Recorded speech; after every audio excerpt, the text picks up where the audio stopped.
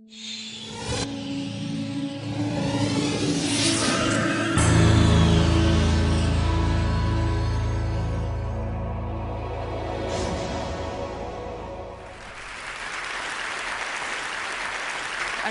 speaking to you about what I call the mesh. It's essentially a fundamental shift in our relationship with stuff, with the things in our lives. And it's starting to look at, not always and not for everything, but in certain moments of time, access to certain kinds of goods and service will trump ownership of them. And so it's the pursuit of better things easily shared. And we come from a long tradition of sharing. We've shared transportation, we've shared wine and food and other sorts of fabulous experiences in coffee bars in Amsterdam. We've also shared other sorts of entertainment, sports arenas, public parks, concert halls, libraries, universities. All these things are share platforms, but sharing ultimately starts and ends with what I refer to as the mother of all share platforms. And as I think about the mesh and I think about, well, what's driving it, how come it's happening now, I think there's a number of vectors that I want to give you as background.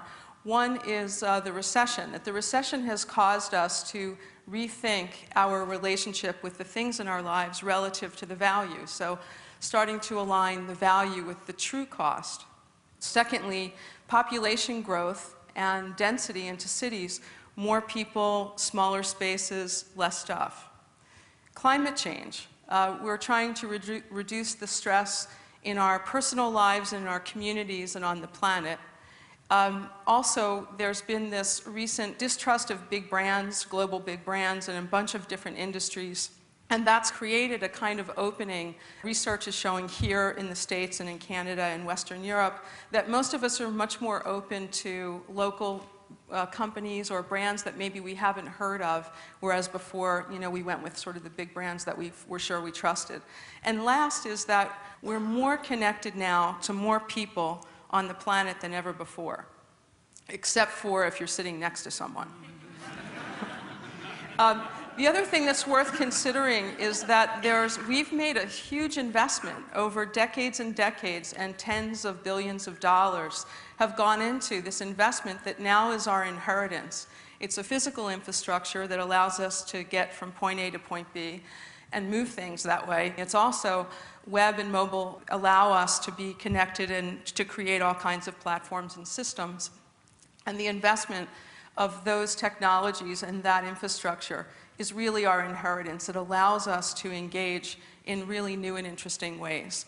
And so for me, a mesh company, the classic mesh company, brings together these three things: our ability to connect to each other. Most of us are walking around with these mobile devices that are GPS enabled and web enabled, allows us to find each other and to find things in time and space. And third is that physical things are readable on a map, so restaurants, a variety of venues, but also with GPS and other technology like RFID, and it continues to expand beyond that, we can also track things that are moving, like a car, a taxi cab, a transit system, a box that's moving through time and space. And so that sets up for making access to goods and services more convenient and less costly in many cases than owning them.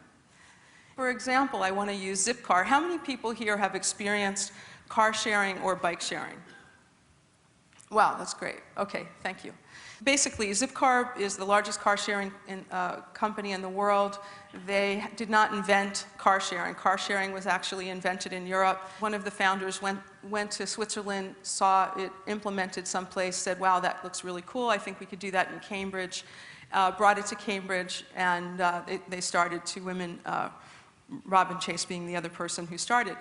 Zipcar got some really important things right. First, they really understood that a brand is a voice and a product is a souvenir. And so they were very clever about the way that they packaged car sharing. They made it sexy. They made it fresh. They made it aspirational. If you were a member of the club, when you're a member of a club, you're the Zipster. Cars they picked didn't look like ex-cop cars that were, hollowed out or something. They picked these sexy cars, they targeted to universities, they made sure that the demographic for who they were targeting and the car was all matching. It was a very nice experience, and the cars were clean and reliable, and it all worked. And so from a branding perspective, they got a lot right. But they understood fundamentally that they are not a car company. They understand that they're an information company.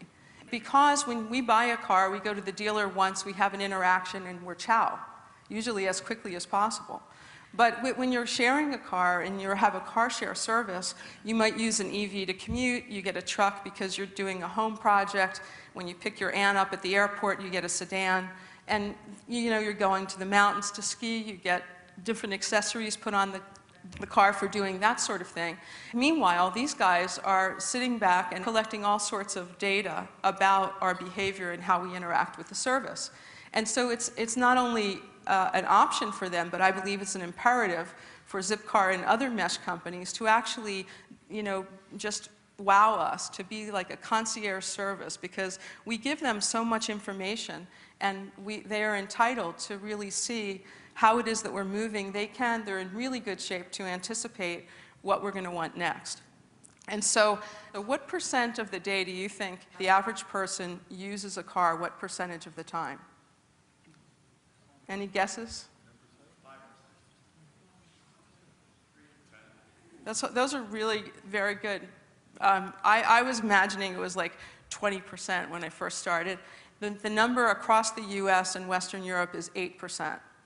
And so basically, even if you think it's 10%, 90% of the time, something that costs us a lot of money personally, and also we organize our cities around it and all sorts of things, 90% of the time it's sitting around.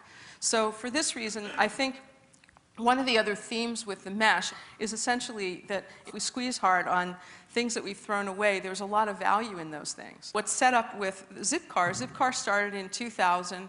In the last year, 2010, 2 car companies started, one that's in the UK called Whipcar, and the other one, Relay Rides, in the US. They're both peer-to-peer car sharing services. Because the 2 things that really work for car sharing is, 1, the car has to be available, and 2, it's within 1 or 2 blocks of where you stand. Well, the car that's 1 or 2 blocks from your home or your office is probably your neighbor's car, and it's probably also available. So people have created this business. Zipcar started a decade earlier in 2000. It took them 6 years to get 1,000 cars in service. Whipcar, which started April of last year, it took them 6 months to get 1,000 cars in the service. So really interesting. People are making anywhere between $200 and $700 a month, letting their neighbors use their car when they're not using it. So it's like vacation rentals for cars. Since I'm here, and I hope some people in the audience are in the car business, I'm thinking that, coming from the technology side of things, so we saw cable-ready TVs and Wi-Fi-ready notebooks. It would be really great if any minute now you guys could start rolling share-ready cars off, because it just creates more flexibility. It allows us as owners to just have other options. And I think we're going there anyway. The opportunity and the challenge with mesh businesses, and those are businesses like Zipcar or Netflix that are full mesh businesses, or other ones where you have a lot of the car companies that are the car manufacturers who are beginning to offer their own car share services, as well as a second flanker brand, or as really a test, I think, is to make sharing irresistible. We have experiences in our lives of certainly when sharing has been irresistible. It's just how do we make that recurrent and scale it? We know also, because we're connected in social networks, that it's easy to create delight in one little place. It's contagious because we're all connected to each other. So if I have a terrific experience and I tweet it, or I tell 5 people standing next to me, news travels. The opposite, as we know, is also true, often more true. So here we have Ludo Truck, which is in LA, doing the things that gourmet food trucks do, and they've gathered quite a following. In general, and maybe it's, again, because I'm a tech entrepreneur, I look at things as platforms. Platforms are invitations. So creating, like Craigslist or iTunes and the iPhone developer network, there are all these networks, Facebook as well. These platforms invite all sorts of developers and all sorts of people to come with their ideas and their opportunity to create and target an application for a particular audience. And honestly, it's full of surprises, because I don't think any of us in this room could have predicted the sorts of applications that have happened at Facebook, around Facebook, for example, 2 years ago when Mark announced that they were going to go with a platform. So in this way, I think that cities are platforms, and certainly Detroit is a platform. The invitation of bringing makers and artists and entrepreneurs, it really helps stimulate this fiery creativity and helps the city to thrive. It's inviting participation, and cities have historically invited all sorts of participation. Now we're saying that there's other options as well. So for example, city departments can open up transit data. Google has made available transit data API, and so there's about 7 or 8 cities already in the US that have provided the transit data, and different developers are building applications. So I was having a coffee in Portland, and I'm, half of a latte in, and the little board in the cafe all of a sudden starts showing me that the next bus is coming in 3 minutes and the train is coming in 16 minutes. And so it's reliable, real data that's right in my face where I am, so I can finish the latte. There's this fabulous opportunity we have across the US now. About 21% of vacant commercial and industrial space. That space is not vital. The areas around it lack vitality and vibrancy and engagement. There's this thing, how many people here have heard of pop-up stores or pop-up shops? Oh, great. So I'm a big fan of this, and this is a very meshy thing.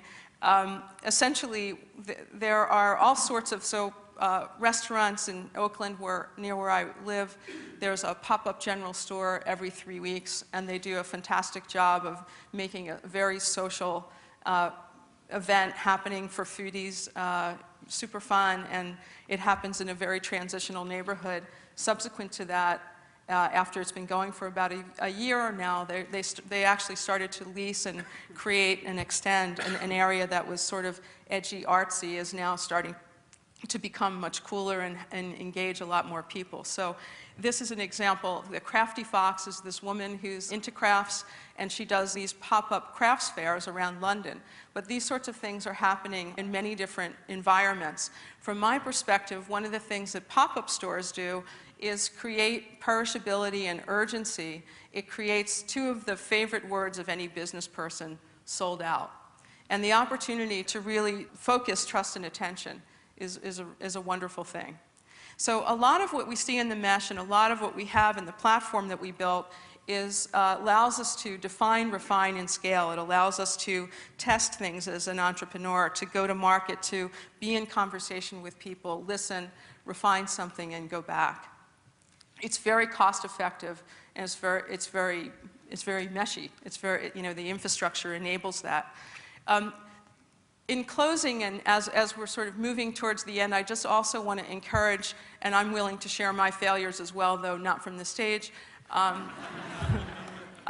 would just like to say that one of the big things when we look at waste, and when we look at ways that we can really be generous and contribute to each other, but also move to create a better economic situation and a better environmental situation, is by sharing failures. And one quick example is VietSub in 2007 came forward in Paris with a very bold proposition, a very big bike sharing service. They made a lot of mistakes. They had some number of big successes, but they were very transparent, or they sort of had to be, in the way that they exposed what worked and didn't work. And so, BC in Barcelona, and B-Cycle here, and Boris Bikes in London, no one has had to repeat the version 1.0 screw-ups and expensive learning exercises that happen in Paris. So the opportunity when we're connected is also to share failures and successes. We're at the very beginning of something that what we're seeing, and the way that mesh companies are coming forward, is inviting, it's engaging, but it's very early. I have a website that currently, it's a directory, and it started with about 1,200 companies. In the last 2.5 months, it's up to about 3,300 companies. And it grows on a very regular, daily basis. But it's very much at the beginning. So I just want to welcome all of you onto the ride, and thank you very much.